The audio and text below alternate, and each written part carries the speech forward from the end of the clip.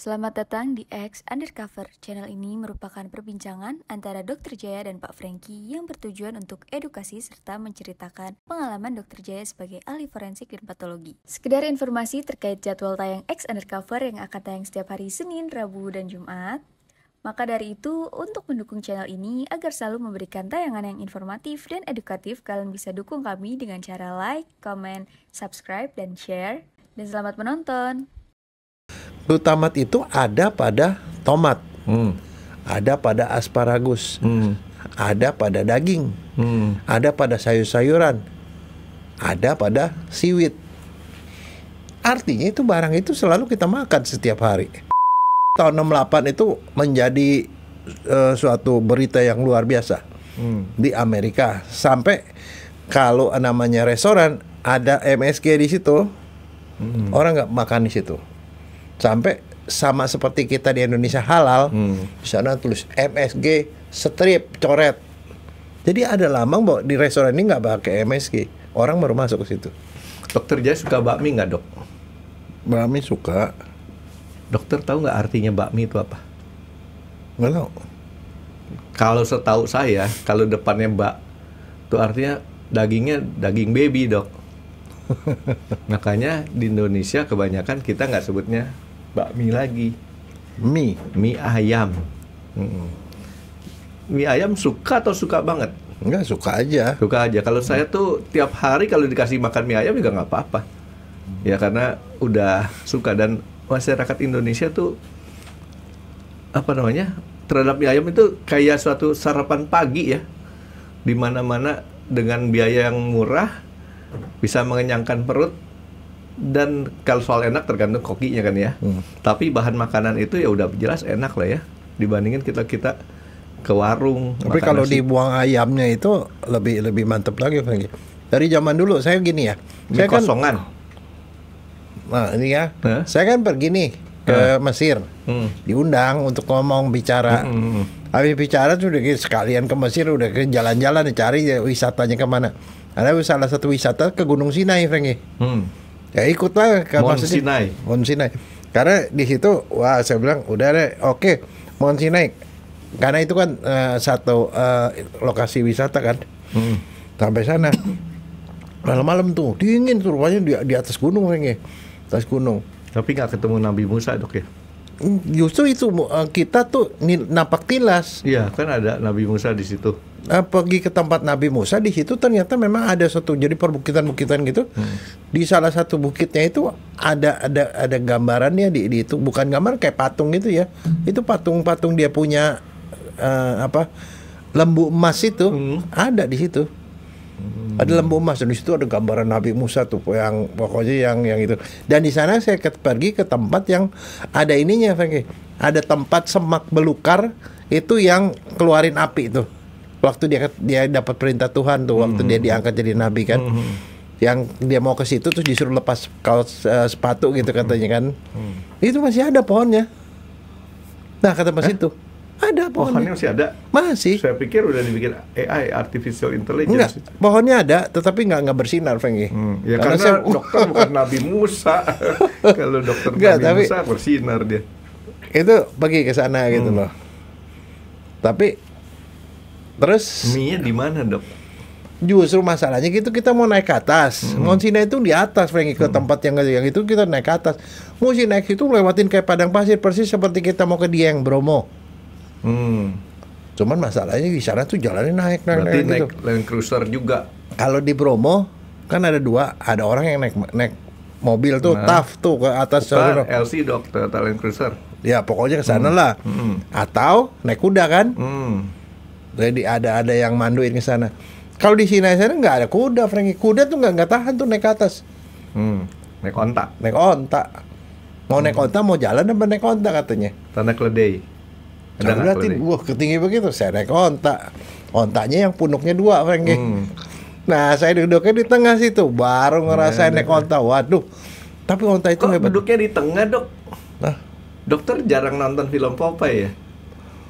Kalau film Popeye ini punduknya dua nih, Dok. Duduk di sini, begitu jalan lompat, tuk, tuk, sini.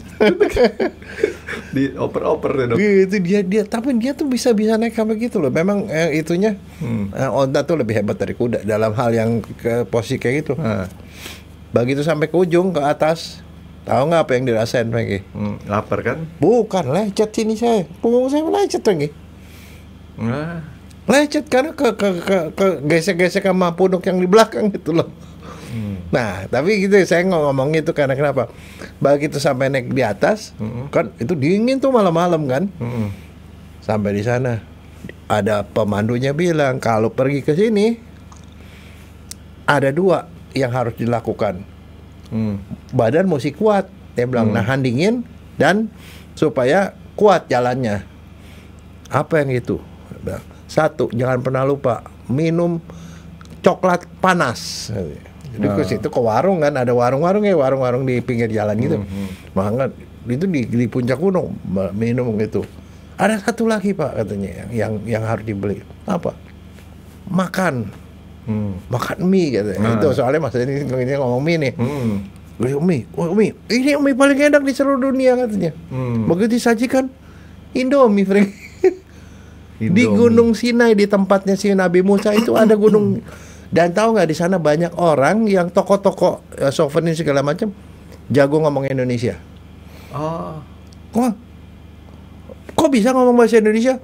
Turis Indonesia banyak kesini katanya. Itu yang bisa ngomong Indonesia itu pernah ke puncak kali Dok ya? Loh, kan orang-orang sana Timur Tengah banyak yang ke puncak, mereka belajar bahasa Indonesia. Tapi Mesir lain, Frank. Kalau Mesir itu lain sama orang Timur. Ini Mesir ya? Mesir, Timur Tengah itu hidungnya mancung, tinggi. Kalau Mesir itu hidungnya rada-rada lebar walaupun tinggi juga. Beda kalau lihat itu, kalau itu sih tahu. Kelihatan ya? Beda. Tapi maksudnya gitu, mereka artinya yang hebat itu mie maksudnya saya. Itu kan udah ada Pak Indofood kalau nggak salah bikin pabrik di daerah sana tuh. Terus saya lupa bukan di Mesir kayaknya di Arab deh. Tapi itu di sana ternyata laku sekali Franky. Jadi dia bilang mie paling enak tuh mie Indonesia, Indomie. Cuman saya kagetnya Indomie saya lihat mereka bener ya Indonesia Indomie. punya. Di Amerika juga Indomie. Ya jadi bukan mie ayam Franky, Indomie itu yang sudah mendunia. Nah, jadi kenapa Indomie atau mie ayam itu enak Dok? Karena ada sesuatu. Ya tahu nggak kenapa? Ada penyedap rasanya Dok. Penyedapnya rasanya apa? Ayo. Kan kamu udah belajar dulu rasa. Asin, asam, pedas, pahit. Satu lagi Dok. Apa? Gurih. Nah, gurih itu kalau ditulis gurih itu orang kepikirnya seperti kayak kue, bukan. Itu kalau ada bahasanya itu adalah umami. Jadi itu adalah rasa kelima. Tadi asin, manis, pahit, sama umami. Yang kelima tuh umami. Ya, gurih tadi Dok. Nah, terus masalahnya siapa yang menemukan? Jadi itu semua tuh kenapa jadi enak karena ada rasa umami itu. Rasa yang hilang Dok. Oh iya, sama kayak Amerika dulu hilang ditemukan sama Columbus. Yang menciptakan Dok. Nah, yang menciptakan. Kalau menemukan tuh karena dia pernah hilang Dok. Jadi menciptakan umami. Sebenarnya nggak menciptakan, dia menemukan orangnya betul. Dari dulu udah ada. Dia nggak bikin. Menemukan, ketemu. Bikin Dok, ciptain. Karena dulunya nggak ada. Ada. Bangsanya nih. Kan zaman dulu kan nggak ada tuh. Sasetan itu kan sasetan itu. Nah. Kalau itunya MSG itu ditemukan diciptakan. Tapi kalau umami itu dia temukan Franky. Saya sering bikin mie sendiri Dok di rumah. Mie ayam jamur. Oke. Ya, kenapa mie ayam jamur? Karena di rumah saya yang ngurusin rumah Muslim. Jadi kita bikinnya halal. Termasuk minyaknya. Itu orang-orang kan minyak itu kan selalu memakai minyak yang non halal. Itu gampang dibikinnya Dok, minyak halal dari bahan bakan non minyak halal. Ya kan kalau pakai minyak babi tuh udah pasti enak, wangi. Tapi pakai minyak biasa, minyak sayur juga bisa. Nah, kalau abang-abang pinggir jalan kan dia kan dicampur sama rempah-rempah jadi warnanya agak coklat kan. Kita bisa bikin itu kok jadi ngelces di sini Dok? Enggak. Minyaknya tuh Dok campuran dari beberapa minyak-minyak yang ada di pasaran yang halal semua. Kan minyak goreng pasti halal dok, nabati. Contoh minyak nabati lain, minyak samin juga kan nabati. Ya. Itu kalau komposisinya kita campur dok. Apa samin nabati? Hah? Itu kambing ya? Enggak. Masa sih? Iya. Hewani. Ya pokoknya halal lah dok. Ya. Karena kalau nggak halal nggak dijual di tukang soto Betawi dok. Nah itu kalau kita campur dok dengan campuran yang pas, dikasih sedikit perasa kecap. Itu kecapnya kecap asin ya, jangan kecap manis. Itu jadinya mirip kayak minyak babi gitu. Jadi saya menciptakan mie. Kamu nih kurang jelas Franky. Kamu rupanya belum pernah bikin mie ya? Bikin mie bisa. Bikin mie atau minyaknya dok? Minyaknya. Kalau bikin mie Minyaknya nggak kamu bilang pakai bumbu-bumbu, nggak bumbu. Cuman minyak 1 sendok, dikasih garam, dikasih MSG. Oh itu beda. Udah itu doang. Lain lagi dok. Ini minyaknya dulu sebelum kita kasih yang lainnya. Ini saya cerita resep Franky nih. Minyaknya yang biasa orang pakai kan itu minyak babi. Kalau di tempat yang restoran Chinese. Tapi kalau di pinggir-pinggir jalan yang di gerobakan itu kan minyaknya minyak sayur tuh, minyak sayur yang dikasih ada kunyit, ada bawang segala macam. Kalau saya nggak menyukai seperti itu karena itu rasanya jadi agak beda sama minyak babi. Yang bikin sama kayak minyak babi kita gunakan minyak halal, kita di minyak samin campur lah minyak sayur tapi jangan pakai minyak yang kelapa sawit ya, kelapa kopra. Kasih kecap asin dikit, wanginya udah mirip kayak minyak babi tuh. Rasanya juga mirip kayak minyak babi tapi itu halal. Ya kenapa saya bilang halal? 2 pencampuran bahan-bahan yang halal kan hasilnya halal. Aduh ngeces lagi dong. Nah, baru setelah itu minyak itu saya bikin mie-nya juga bisa kan, saya punya mesinnya kan bikin untuk ngegiling mie itu. Cuman tepung terigu campur sedikit sama tepung kanji atau tepung tapioka supaya agak kenyal. Kasih air, kasih telur, giling terus kemudian pakai mesin masuk jadi. Nah itu baru minyak dikasih kecap asin. Kalau mau enak kecap asinnya yang agak kecap ikan. Terus dikasih ada bubuk.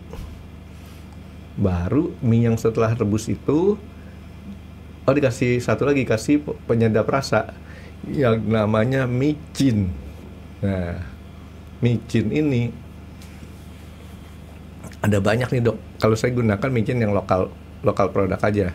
Kan banyak micin ini. Mungkin kalau yang udah biasa main di bakmi itu, mie itu si Meli tahu tuh. Micin itu udah berapa banyak tuh micin. Nah itu diaduk sama mie yang barusan direbus. Dokter tahu mie yang udah direbus itu kalau dia sudah matang tuh warnanya agak mengkilat. Ya. Kalau belum matang warnanya masih kusam. Jadi kalau udah mengkilat dia naik ke atas, angkat, aduk. Sebenarnya itu juga tanpa topping udah enak kalau dia punya campurannya bener. Dan saya termasuk yang berani menggunakan banyak micin. Ini saya ngomong micin nih dok ya, karena micin itu ternyata yang ada di supermarket itu di pasaran dok ya, ada banyak. Ada micin, ada vetsin. Dokter tahu kan vetsin? Ya. Nah, vetsin itu kalau nggak salah kebanyakan buatan dari Hong Kong yang lebih maknyus. Kalau kita pakein ke situ, harganya juga maknyus dok. Satu kaleng gini puluhan ribu. Sedangkan kalau micin yang Indonesia tuh ada 2 kan ya, 3 macam. Itu harganya relatif lebih murah. Nah, kita pakai micinnya tuh agak, kalau mau berani sedikit agak banyak supaya dia lebih gurih, lebih umami. Gitu. Tuh kamu susah amat mau makan mie mesti pakai mesin sendiri. Nggak mau pakai yang begitu tuh, yang gitu-gituin tuh, yang pakai nari-nari sampai jadi panjang. Iya, ramen. Itu kan lebih gampang pergi dengan menari-nari, kamu langsung pak jadi panjang. Itu untuk orang yang sudah biasa gampang. Ya, tapi orang mungkin nggak ngerti, Frank. Kamu ceritain deh apa pakai bikin mie yang Oke, mie ramen itu sederhana. Cuman tepung terigu sama air garam. diaduk-aduk sampai kenyal, ditunggu sampai nanti dia artinya ada dikasih istirahat, terus kemudian dia jadi tuh. Nanti itu kalau sudah ditekan-tekan lagi, ditarik. Nanti kan kalau ditarik terus kemudian sambil dikasih sedikit apa namanya? Bukan tepung lagi, Dok, minyak. Supaya nggak lengket. Minyak sampai berapa? 8. Biasanya orang 8 kali, Dok. 1 tekuk. 2 tekuk. Sembari dari kan, dikibas-kibas sampai tipis. Tibas itu tujuan terakhirnya tuh supaya dia tambah melar. Nah, kalau udah 8 kali ketemu, ujungnya dibuang, tinggal sininya. Itu disebut lamian atau mie tarik, Dok. Itu mie tarik kita masukin sama. Itu atraksi di restoran di lamian ya. Atau pergi ke sekarang ke mall-mall tuh ada yang begitu. Sudah agak jarang. Dulu sempat ada booming. Enggak ada. Dulu lebih banyak. Nah, itu saya suka yang kayak gitu. Cuman kita kalau mie yang seperti itu harus kita perhatikan, cari tempat mie lamian yang laku. Kalau dia nggak laku, rasanya itu sudah agak basi. Karena kadang-kadang kalau sudah basi itu mie-nya udah nggak enak. Cari yang laku karena perputarannya. Nah itu kamu kan. Nah sekarang kalau istri saya nih kita pergi sama cucu segala macam, masak gitu, basi langsung dia pergi ke belakang. Jangan pakai micin ya. Hah? Dan pakai micin. Saya bilang kenapa? Nanti otaknya bodoh. Kalau no micin no good. Enggak, itu kenyataannya. Saya pikir nih ya. Ini ada cerita nih Frankie soal mie begituan kan, kalau kita beli mie seperti model Indomie atau apapun lah, banyak-banyak mie instan gitu ya, kan udah ada bumbunya kan, minyaknya udah ada di situ, bumbunya udah ada takaran, sambalnya udah ada, jadi tinggal kita campurin, ini mie-nya dimasak, taruh situ udah jadi langsung. Jadi ini cerita gini, anak 30 tahun. Udah 20 tahunan lah, hampir, jadi udah berapa tahun diajak sama temennya. Kan sekarang ada restoran-restoran tuh yang jual Indomie kayak begituan.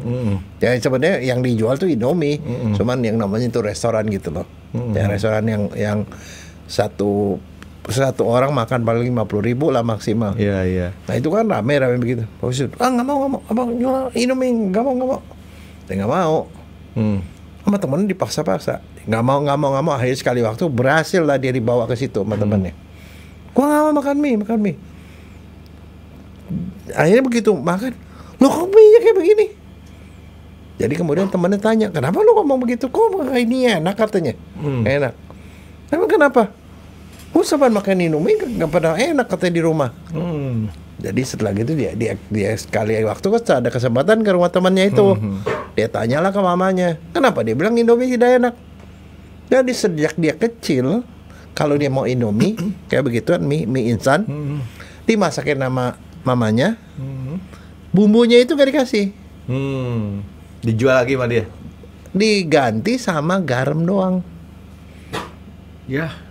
Jadi dia melakukan itu sampai anak itu sudah dewasa, sampai lulus dari universitas, dan dia baru tahu ternyata selama ini dia dibohongin sama orang tuanya. Bukan dibohongin, Dok, itu namanya. Orang tuanya tuh sangat care sama Tapi dia. hebatnya, setelah itu dia diajak ke situ, tetap dia kagak mau, walaupun dia bilang itu enak. Kalau yang gue di rumah kagak enak, makanya gue kagak mau lo ajakin ke situ. Ngapain makan mie yang kagak enak katanya. Tetapi umami itu, rasa gurih ya gurihnya itulah yang membedakan itu yang namanya mie instan apa enggak. Oke. Nah, tapi sekarang pertanyaannya, kenapa kita ngomongin ini mie instan lagi? Maksudnya ngomongin soal penyedap masakan MSG. Ya karena di masyarakat tuh ada banyak orang yang percaya bahwa itu bisa ngerusak otak, bisa bikin orang bodoh, itu bisa menimbulkan penyakit. Penyakitnya apa namanya? Pernah dengar nggak? Nggak. Chinese Restaurant Syndrome. Oh iya. Itu tahun 68 itu menjadi suatu berita yang luar biasa di Amerika. Sampai kalau namanya restoran ada MSG di situ, orang nggak makan di situ.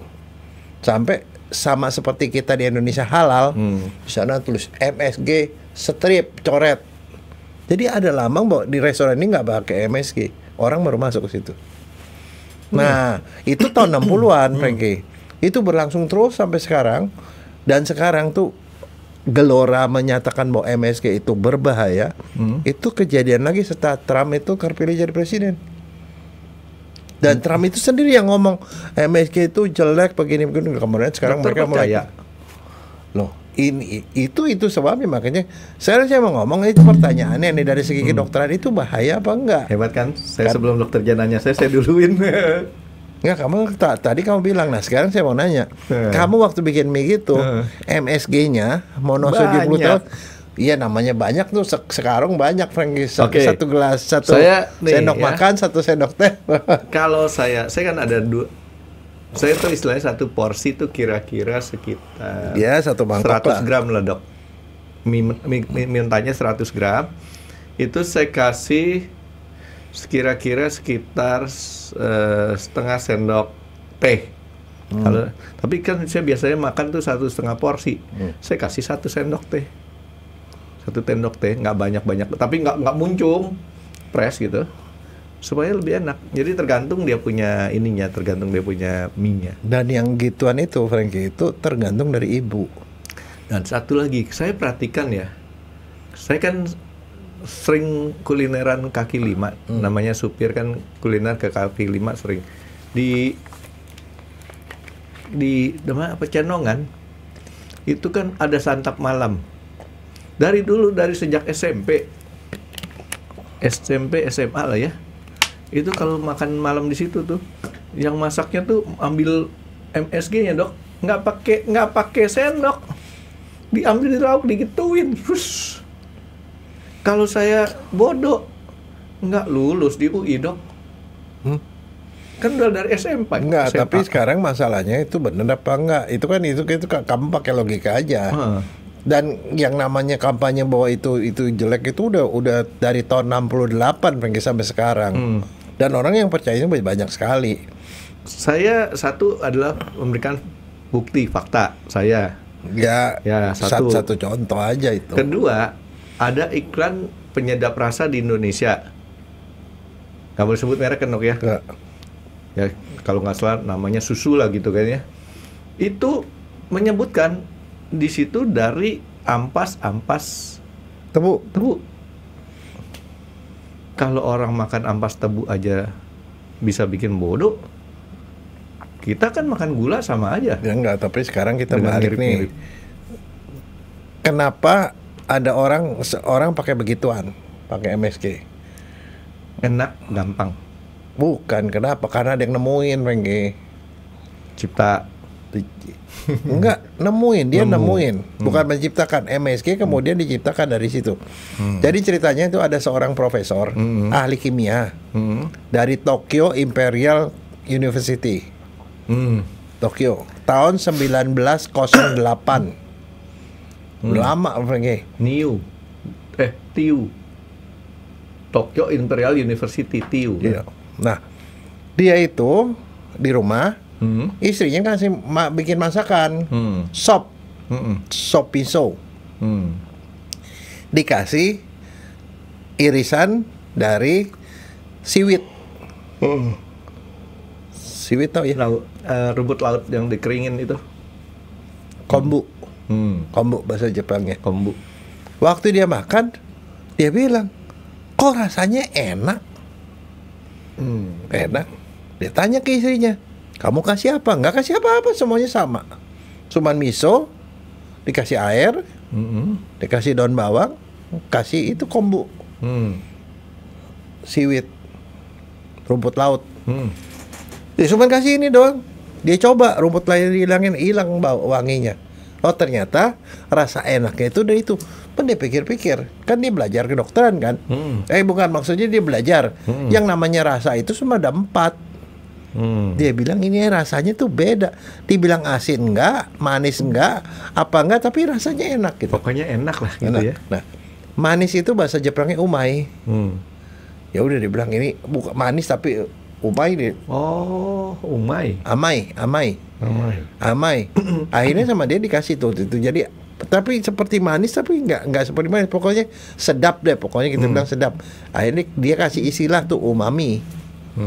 Jadi rasa-rasanya si miche itu umami. Tapi kemudian dia makan saban kali gitu, dia bilang ini rasa baru nih, mestinya gue ciptakan istilah. Dia ciptakan istilah. Dia kan ahli kimia. Dia carilah, dia analisis lah rumput laut itu. Ada apa di dalamnya? Ternyata ada ini. Ternyata dia temuin satu namanya asam glutamat di situ. Dan ternyata menurut dia asam glutamat, setelah dia dapetin bahan itu, dia bilang, ya yang bikin rasa itu ini. Nah, terus dia inget, dia pernah sekolah ke Jerman. Rasanya gue pernah nih ngerasain rasa seperti ini. Waktu dia di Jerman, dia makan tomat. Di tomat tuh ada rasa seperti itu. Asparagus ada rasa seperti itu. Makan daging merah, daging sapi ada rasa seperti itu. Nah kemudian dia bilang, gue ciptakan itu. Dan kemudian dipatenkan tuh. Dia bukan dipatenkan, habis itu dia selidiki lagi. Kalau itu bikin enak, berarti makanan apapun kalau gue kasih itu jadi enak. Iya. Nah, betul. Sama dia dicampur-campur karena ahli kimia. Pakai kalsium lah, kalsium glutamat, gini. Ternyata dia dapetin yang paling bagus tuh natrium glutamat. Karena kalau dikasih natrium, dia itu bisa dibikin kristal, dia stabil dan mudah larut dalam air. Pokoknya kalau dipakai perasa kayak gitu dok, air rebus aja jadi enak. Nah, ya itu. Jadi akhirnya dia nemukan komposisi paling bagus kalau dikasih natrium. Akhirnya bikinlah natrium glutamat. Yang kita sebut sebagai MSG, monosodium glutamat. Jadi natriumnya 1. Nah, dia bikin gitu, dia patenkan. Nah, setelah dia patenkan, dia coba jual. Orang Jepang nggak mau. Orang Jepang selalu senang dengan sesuatu yang natural. Dari pohon, dari apa, tapi yang itu bahan kimia dia nggak mau. Susah. Terus gimana caranya? Akhirnya dia coba-coba, dia bikin dalam kemasan botol yang keren, seperti botol parfum. Dia pasarin ke istri-istri orang-orang kaya. Orang kaya itu kan seneng yang modern. Ini kalau orang modern pakai beginian, gitu. Makanan ditaruh gitu. Akhirnya tuh gitu harganya mahal, Frank. Akhirnya orang-orang kaya pakai gitu. Wah, makanannya enak gitu. Nah, akhirnya karena orang kaya pakai gitu, yang di bawah-bawah bilang, wah kalau dia makan gitu, kalau makan gitu kan gue juga keren gitu lah. Jadi kelihatan kaya juga dong. Ya gitu. Nah itulah di awalnya. Nah kemudian akhirnya ada satu perusahaan yang membeli itu, dan dia dipasarkan. Namanya Ajinomoto, Frankie. Ajinomoto. Nah dia kasih itu nama itu, jadi seperti kayak modelnya kayak kita pakai odol. Odol itu kan merek. Jadi Ajinomoto itu ya adalah gitu. Nah dari orang Jepang pakai gitu, jadi meluas tuh di Jepang pada pakai. Tapi Jepang kemudian menjajah sekitar. Yang dijajah sama Cina, sama Taiwan. Banyak, Korea juga dok. Iya banyak. Nah dia bawa ke situ, orang Jepang situ selalu bawain Ajinomoto itu. Dia pakai, mereka kenal. Akhirnya meluas tuh di kalangan. Tahu aja Cina penduduknya berapa, Taiwan berapa. Akhirnya mereka tuh di restoran-restoran Cina pakai begituan banyak. Itulah yang kemudian akhirnya sampai sekarang kamu tahu seperti itu. Nah dari situ orang-orang Asia ini kan gengsi dong orang Cina. Pakai Jepang. Dan dia sebenarnya benci sama Jepang. Karena kenapa? Jepang itu penjajah buat mereka. Jadi dia nggak mau pakai nama Ajinomoto. Dia kasih nama Vetsin. Orang Cina cuma ada 4 dok. Cina laki-laki dewasa, Cina laki-laki anak kecil, Cina perempuan dewasa, Cina perempuan anak kecil. Jadi dia itu nggak mau pakai nama Ajinomoto, dia kasih nama Vetsin. Orang Jepang sampai ke sini kita kenalin gitu. Yang masuk ini maka Ajinomoto ada Vetsin. Vetsin itu di Indonesia kan orang susah manggil namanya Vetsin, disebut micin. Jadi itu barang yang sama, Frank. Barang yang sama, rumus kimianya monosodium glutamat. Ya. Nah, sekarang masalahnya itu dibawa kemana? Orang Asia pergi kemanapun dia bawa. Jadi di mana ada restoran Cina, di situ mereka masih pakai MSG. Dan itu so far is so good. Artinya dari tahun 1908 sampai 1968 itu tidak ada masalah. Pokoknya no micin no good lah ya. Iya. Nah, jadi itu artinya micin itu kebanyakan dipakai di negara-negara Asia Tenggara. Tapi kamu tahu nggak, seluruh dunia 80% tuh orang hidupnya di Asia, Frankie. Daripada di Eropa. Dia ngumpul di Asia. Ya, populasi. Jadi berapa banyak. Nah, akhirnya masuk ke Amerika. Nah, kejadiannya itu baru kemudian menjadi masalah pada waktu tahun 1968 ada seorang Chinese, dokter Chinese, keturunan China yang jadi dokter di Amerika. Namanya Herman Kwok. Marga Kwok. Iya. Dia pergi ke restoran, dia biasa makan ke Chinese food kan. Makan, habis makan rasanya kok kepalanya pusing ya. Lehernya kenceng ya. Bahunya kenceng ya. Lengannya kenceng. Berdebar-debar. Kayaknya nggak enak keluar keringat dingin. Nah, dia bilang, gue gejala apa nih? Dia makan di rumah nggak kenapa-napa, tapi makan ke restoran itu kena begituan. Beberapa kali kejadian. Akhirnya tuh dia bingung. Dan sebagai seorang dokter, dia melaporkan itu dalam bentuk surat, letter to editor, ke majalah New England Journal Medicine. Dia bilang, gue pergi ke restoran restoran Cina nih. Di sana gue ada gejala begini. Gue masuk situ, setiap kali ke situ gue kalau ke rumah kagak. Dia bilang, lu nih carilah sebabnya. Apa yang itu? Semuanya itu ada dipakai di rumahnya dan di restoran itu. Tapi ada yang berbeda, di situ ada MSG. Jadi si Herman Kwok ini nuliskan ke jurnal New England Journal Medicine itu. Nah, waktu dia nulis itu, dia bilang ada 3 yang gue duga. Pertama natrium, garam kebanyakan NaCl. Yang kedua MSG, yang ketiga mungkin wine. Tapi yang jadi masalah adalah setelah dia tulis itu, banyak orang kasih komentar. Biasalah komen. Netizen. Komen, gue juga begitu. Gue juga akhirnya dari cuman sekedar dia melaporkan itu, jadi banyak yang nulis. Dan kemudian diperkuatkan oleh ada beberapa dokter yang bilang, ada pasien gue juga begitu. Akhirnya sedemikian rupa, akhirnya yang lain-lain nggak kepikiran. Yang jadi, ya sekarang kan begini masalahnya. The bad news is the good news. Ya, untuk reporter. Nah, viral ceritanya. Jadi itu jadi viral. Kemudian orang bilang, monosodium glutamat itu menyebabkan gejala begini. Itu yang viral. Kemudian setelah itu terjadi kan di restoran Cina. Akhirnya orang bukan cuma MSG, jadi ngembet ke restoran Cina. Habis begitu mereka bilang ke restoran Cina, dia bilang. Akhirnya jadi mereka memboikot restoran Cina pada waktu itu. Jadi ada dalam tanda petik ya, orang Amerika mungkin pada waktu itu juga ada rasa tidak senang sama orang Cina. Jadi itu isu itu digoreng. Kemudian membuat orang tuh jadi antinya sampai restoran di sana itu sampai orang bisa menyatakan seperti kayak sertifikat halal di sini. Setiap kali ada restoran dia bilang no MSG gitu loh. Atau kalau kayak kita misalnya di sini no pork gitu. Nah, seperti itu gitu. Tapi kalau nggak gitu orang nggak masuk. Nah, sampai begitu terus. Nah, kemudian jadi itu awal mulanya seperti itu. Dan kemudian orang ada beberapa peneliti melakukan penelitian. Nah, ada yang melakukan penelitian, dia gini, ada tikus disuntik sama MSG, ada bayi tikus suntik MSG, dosisnya gede, terus kemudian diotopsi tikusnya, di eutanasia, diotopsi, ternyata tikus itu otaknya ada gangguan, rusak, terus pertumbuhannya terhambat. Tikusnya jadi pertumbuhan terhambat, jadi penghambatan terhadap pertumbuhan tulang. Bisa begitu ya. Kemudian dia melakukan penelitian pada monyet. Hasilnya juga hampir serupa. Dia bilang MSG itu bahaya karena dia bisa merusak otak.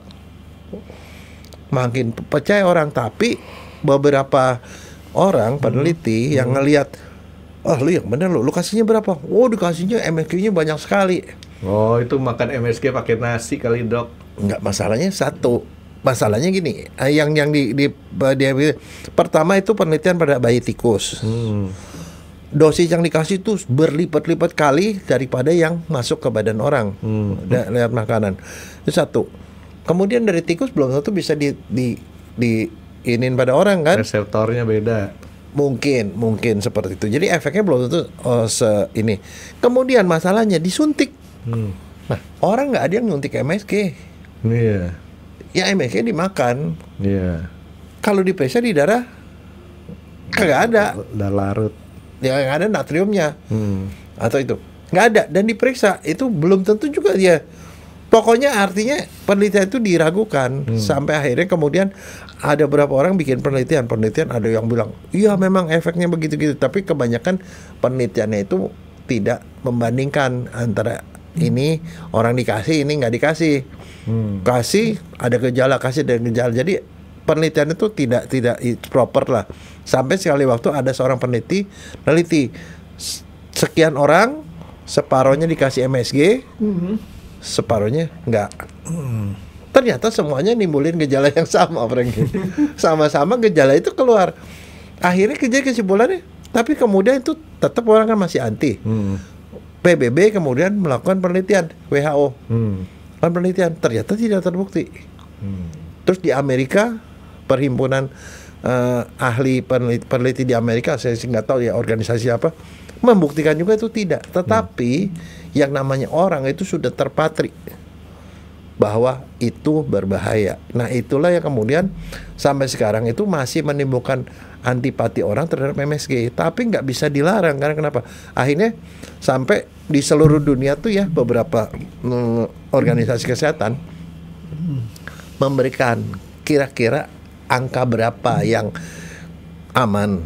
MSG itu diteliti ternyata itu aman tidak menyebabkan orang jadi bodoh, tidak menimbulkan kelainan apapun sejauh dia dimakan dalam jumlah yang dibawa di dalam batas tertentu. Aman lah, Dok, ya. Nah kalau kelebihan, nah bahkan orang bilang itu ternyata gejala yang disebut Chinese Restaurant Syndrome itu diduganya bukan gara-gara itu, tapi gara-gara garam kebanyakan. Nah, jadi garamnya. Karena tapi begini kadar garam ya. Kalau orang makan garam, natrium, itu dikasih natrium satu hari itu dia tuh maksimal tuh 5 gram. Natrium. Banyak Dok 5 gram itu.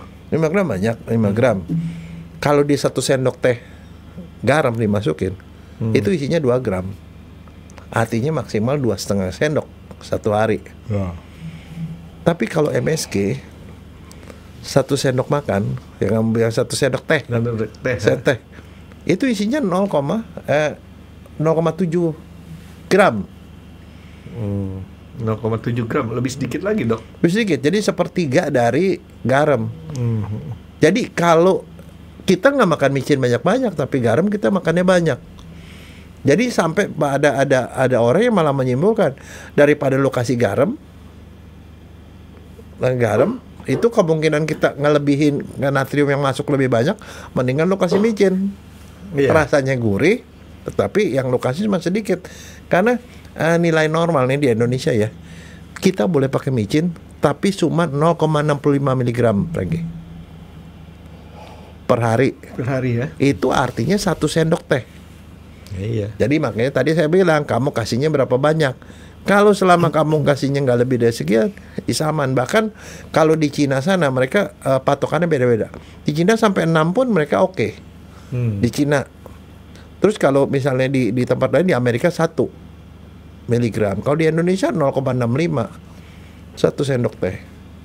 Kalau lebih dari situ, sekarang dia bilang begini, jangankan gitu, kamu makan obat apapun atau obat apapun, vitamin apapun, kalau kamu kasih berlebihan, udah pasti toksis. Iya. Nah, contohnya gini, orang nih bikin penelitian kan, kadang-kadang penelitian dilakukan pada tikus. Untuk bikin tikus otaknya rusak, bukan otaknya, ginjalnya rusak, dikasih obat. Obat itu membuat ginjalnya rusak, habis itu baru diobatin tuh tikusnya. Tahu nggak untuk merusak ginjal pakainya apa?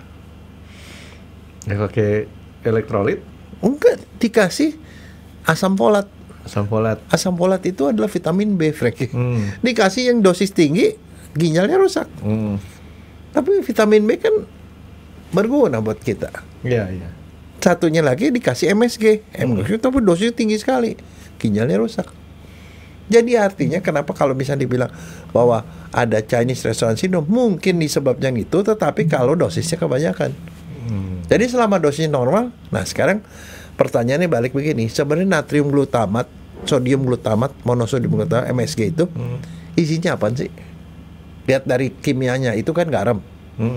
Garam itu bentuknya makanya berupa kristal kan, yang panjang-panjang ya. Garam. Isinya apa? Natrium. Natrium kita perlu nggak? Perlu lah, Dok. Oke. Glutamat. Glutamat apaan? Nggak tahu, Dok. Glutamat atau asam glutamat atau bentuknya lain dalam bentuk amin atau glutamin. Itu adalah asam amino, Franky. Asam amino yang dipakai buat membentuk protein. Berarti kalau udah ketemu natrium jadinya garam kan dia sebenarnya kan? Dia garam. Tapi glutamat itu kita perlukan nggak? Kan tadi saya bilang glutamat itu ada pada tomat, ada pada asparagus, ada pada daging, ada pada sayur-sayuran, ada pada seaweed. Artinya itu barang itu selalu kita makan setiap hari. Bukan dalam bentuk bubuknya itu, tetapi ada glutamat di situ. Nah, glutamat itu diperlukan apa? Dia diperlukan oleh sel otak kita untuk supaya sel saraf itu bisa berfungsi dengan normal. Jadi sel saraf nih, kan dari sel saraf kita bisa contoh deh. Kan di otak kita tuh isinya kayak kabel-kabel kan. Dari saraf ini nyambung ke sini, misalnya contoh kita ngelihat. Saya nyambung, jadi informasi itu masuk lewat saraf-saraf. Nah, saraf itu supaya bekerja itu ada bahan kimianya yang nyambungin pesan-pesan itu. Nah, namanya neurotransmitter. Bahan kimia yang menjalankan menjadi saluran untuk supaya informasi bisa jalan. Nah, neurotransmitter itu di situ memerlukan glutamat. Jadi glutamat itu diperlukan oleh seluruh sel saraf kita. Jadi artinya dia untuk sel saraf diperlukan.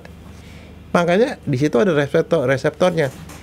Kalau kita masuk reseptornya ke situ, kita ada hubungan dengan kognitif, ada hubungan dengan kesegaran. Jadi orang kalau ada glutamat masuk, dia badan segar dan kemudian itunya perjalanan informasi di saraf itu menjadi lancar dan orang nggak boleh kekurangan glutamat.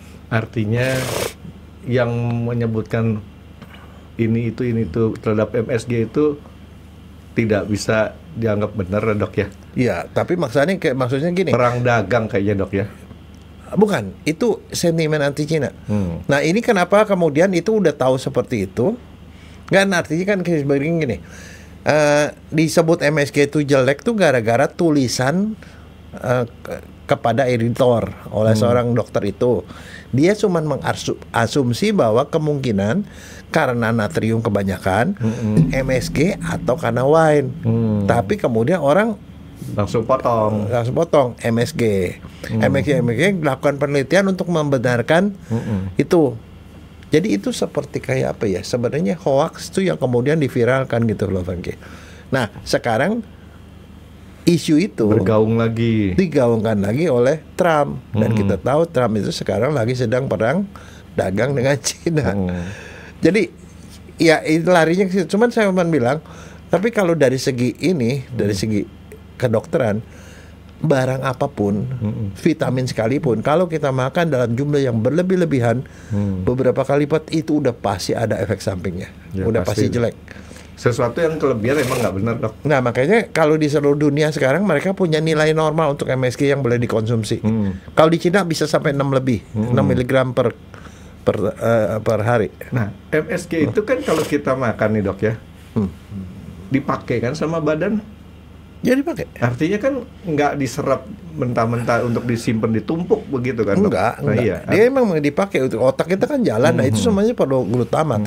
Tapi yang jadi masalah adalah dia dimasuk juga garam, natrium. Nah, kalau MSG ditambah sama garam yang banyak, nah itu baru jadi masalah. Bertumpuk-tumpuk. Nah, sekarang masalahnya gini, kenapa MSG itu jadi bahaya nggak? Bisa bahaya. Kalau apa? dia dipakai. Kamu sekarang misalnya contoh singkong, singkong, keripik singkong. Iya. Keripik singkong yang asli itu nggak dipakai apa-apa loh. Kalau sekarang coba mana ada yang singkong gitu? Yang itu namanya original. Keripik singkong ada yang rasa barbecue, rasa kiri-kiri. Nah di sini ditambahin apa? Garam dan MSG. Maka konsumsi garamnya itu jadi banyak sekali, Frankie. Jadi sebenarnya orang menduga ya jangan-jangan tuh seperti Chinese restaurant syndrome itu terjadi justru bukan gara-gara MSG-nya, gara-gara MSG ditambah garam, ditambah lagi digoreng dan segala macam. Jadi akhirnya proses food itu udah jelas jelek buat kesehatan. Ditambah garam, ditambah MSG, dan kita tahu kalau kita coba dong kita makan inilah popcorn, itu udah pasti dikasih MSG dan garam banyak sekali, dan rasa. Nah sebenarnya kelebihannya itu kita kemungkinan kelebihan dari natrium. Tapi mungkin orang Amerika belum pernah ngerasain dikerjain sama orang Cina pada waktu perang dagang, Dok. Ini ada cerita. Suatu ketika India melakukan boykot Cina. Pernah kan? Karena apa? Produk Cina masuk ke India banyak sekali. Dasar orang Cina ngelihat ini sebagai suatu peluang. Karena waktu India demo boykot Cina, ribuan ratusan ribu orang, dia pakai baju kaos putih, boykot Cina, pakai topi, boykot Cina. Tapi begitu dicek dia punya label sininya made in China, Dok. Topinya made in China, Dok. Itu namanya selalu ada rezeki di balik kesempitan. Gitu. Ya jadi saya sih ngelihatnya gini, kalau misalkan saya ada orang bilang ini berbahaya, memang sih nggak salah juga kalau orang kemudian menggantikan kan MSG ini dengan gula pasir, ya kan? Tapi itu rasanya beda. Ada beberapa produk makanan yang memang cocoknya pakai gula pasir, bisa cocok dengan gula pasir. Tapi lebih enak kalau kita tetap gunakan MSG. Ya kalau kita makan bakmi pakai gula pasir yang adanya beda rasanya, Dok. Enggak, tapi begini. Saya cuma bilang yang namanya apa yang walaupun isunya tentang kesehatan, kadang-kadang apa yang ada di balik itu sebenarnya belum tentu murni kesehatan. Misalnya contoh soal bahayanya gula. Kalau micin diganti gula itu lebih bahaya dari micin. Semua orang udah tahu. Nah, selama ini apa yang terjadi? Yang dibilang salah itu adalah kolesterol lagi. Kesalahan gula itu ditutup-tutupin sampai 300 tahun lagi. Padahal gula itu lebih bahaya daripada kolesterol. Nah itu misalnya contoh. Ya walaupun kolesterol banyak juga bahaya juga. Ini juga sama juga dengan micin. Tapi saya bilang gini, orang bilang di Indonesia kok sejak ada informasi media sosial dan informasi komunikasi, kok orang suka gampang bikin hoax segala macam. Saya cuma bilang yang namanya di Amerika sendiri pun yang namanya hoax itu saya yakin misalnya si Presiden Trump itu juga tahu, karena itu kan semua data penelitian itu ada. Dia tahu, tetapi hoax itu juga laku di Amerika loh. Bukan cuma di Indonesia aja. Jadi itu memang itu kadang-kadang dipakai karena Amerika kan negara yang demokratis katanya, Dok ya. Nah, ini dokter tahu ada buku namanya Mati Ketawa ala Rusia. Enggak, belum pernah baca. Itu tahun 80-an, Dok. Hah? Ada bukunya Mati Ketawa ala Rusia. Nah, karena saking demokratisnya, ada dua orang Amerika sama Rusia. Di negara kamu mana lebih demokratis nih? Ini kita agak ini dulu, kita dikasih ilmu tambahan nih, Dok. Ilmu ketawa. Nah, si orang Amerika begitu bangganya. Gua negaranya sangat demokratis, gua bisa maki-maki presiden gua, misalnya si X gitu ya, di depan gedung putih dan gua nggak ditangkap. Si orang Rusia kan gengsi di situ kan. Padahal Rusia kita tahu kan tidak demokratis saat itu, tahun 80-an. Dia apa? Dia ngomong kalah, dia bilang, gue juga bisa maki-maki si A depan Kremlin katanya. Nah, hebat kan? Jadi artinya kalau di sini yang saya mau ngomong adalah kalau kita berbicara yang tadi dokter sebutin, dokter juga udah ngelihat bahwa yang ngomongnya masalah kesehatan belum tentu murni kesehatan, bisa saja terjadi perang dagang, pedagang dengan bumbu-bumbu macam-macam, akhirnya orang terkecoh. Ya. Padahal kalau kita berbicara lebih logis lagi, udah ketahuan gula ini suatu penyebab yang boleh dibilang kita harusnya mulai lebih hati-hati. Kita mulai kurangin konsumsi gulanya kan dok ya. Nah gula kita konsumsi kalau ada takaran yang cukup. Kalau takaran yang cukup itu nggak apa-apa. Tapi kalau berlebih bahaya juga. Nah semuanya juga sama, begitu prinsipnya. Oke ya, jadi nggak usah takut kan dok kita makan MSG dok ya? Makan MSG nggak takut, tapi kan saya bilang batasannya yang diizinkan, yang aman, batas aman tuh adalah 0,65 gram per miligram per miligram. Artinya tuh 1 sendok teh gitu loh, maksimal. Dalam bahasa Indonesianya begini dok, kita makan makanan dengan MSG, jangan dibalik, makan MSG dengan makanan dok. Tahu kan dok bedanya dok ya? Kalau kita makan makanan dengan MSG, artinya MSG-nya itu sebagai pelengkap aja dengan jumlah yang dosis yang cukup supaya makanan jadi lebih enak.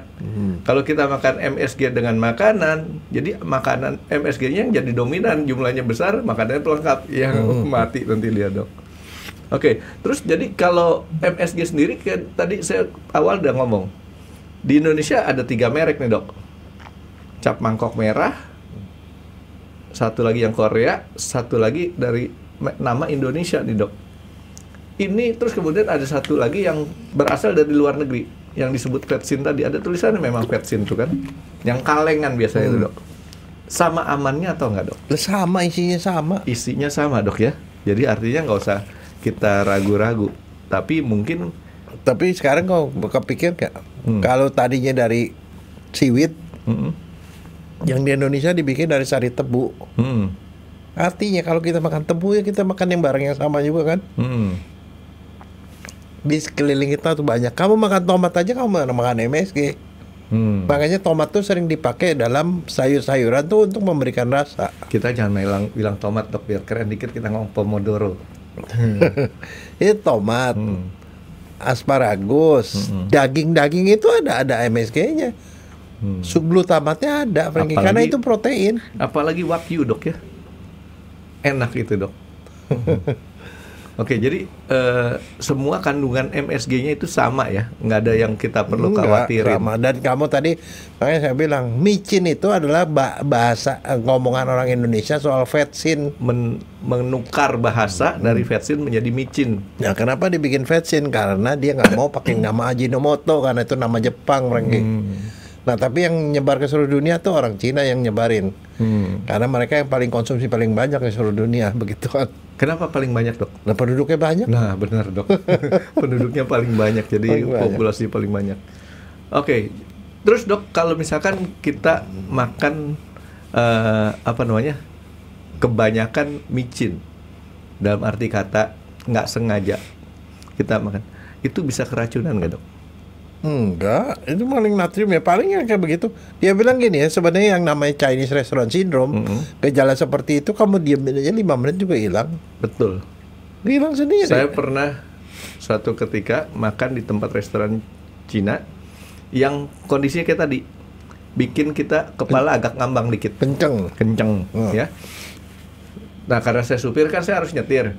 Ini apa rasanya nih? Tapi saya bawa nyetir nggak lama, 5 menit ya hilang, nggak ada masalah gitu. Cuman pada waktu awalnya nggak enak gitu. Jadi nggak ada bahayanya sama sekali kan. Bahkan ada beberapa orang yang bilang daripada kamu makan garam 1 sendok teh isinya 5 gram, itu isinya 2 gram. Kalau pakai vetsin 1 sendok itu cuma 0,7. Mendingan garam lo ganti micin, dia bilang. Ya, malah seperti masuk itu. Akal dok. Karena rasanya juga enak gitu loh. Daripada garam kamu kayak gitu, yang masuk natrium lebih banyak. Iya. Tapi kebayang kalau dua-duanya ditambah garam dan micin, yang dipakai keripik-keripikan itu loh. Ya berlebih-lebih. Iya, makanya kalau gitu beli aja yang original. Iya. Iya dong. Proses food cuma pakai begituan itu. Jadi di dalam instan mie cepat saji itu ya, juga itu nggak ada masalah kan dok ya? Enggak ada masalah. Tapi cara yang dilakukan oleh istri saya, kalau misalnya ke saya juga dikasih, kalau dia masak mie gitu, paling bumbunya separuh, Franky. Terus paruhnya lagi buat diapain? Ditaruh aja atau dibuang sama dia. Oh, kalau gitu dokter bilang Rasanya rada tawar gitu. Enggak, gini dok. Kan istri dokter kasih dosisnya bumbunya separuh. Dokter mestinya pesan sama istrinya, mie-nya tolong separuh, kuahnya separuh juga. Gitu. Nanti bikin satu kali lagi, satu porsi lagi begitu. Jadi dapat dok. Enggak, tapi ambil positifnya, dia sayang sama suaminya, Franky. Iya dong, dia nggak mau suaminya darah tinggi. Ya, iya dah dok. Iya dong, yang positif aja. Yang positif tuh, dok. Soalnya kalau dibilang enggak, nanti saya ketemu istri dokter Jaya, saya nggak dikasih main lagi sama dokter Jaya. Oke dok, ada yang lain dok buat ininya. Ya jadi artinya saya nggak salah kan dok, saya mencintai micin dan suka sekali dengan micin karena istilahnya ternyata itu Kalau suka nggak boleh sekali, Franky. Suka sedikit aja. suka-suka. Kalau nggak boleh sekali. Jadi kadarnya ternyata lebih kecil daripada kadar murni gula ya dok ya, garam ya. Iya. Oke, makasih dokter, kita coba makan mie lagi dok. Terima kasih sudah menonton X Undercover. Jangan lupa like, comment, dan subscribe. Dan ditunggu ya video-video kami selanjutnya. Nah, buat kalian, jika ada pertanyaan untuk Dr. Jaya, boleh banget komen di bawah. See you guys!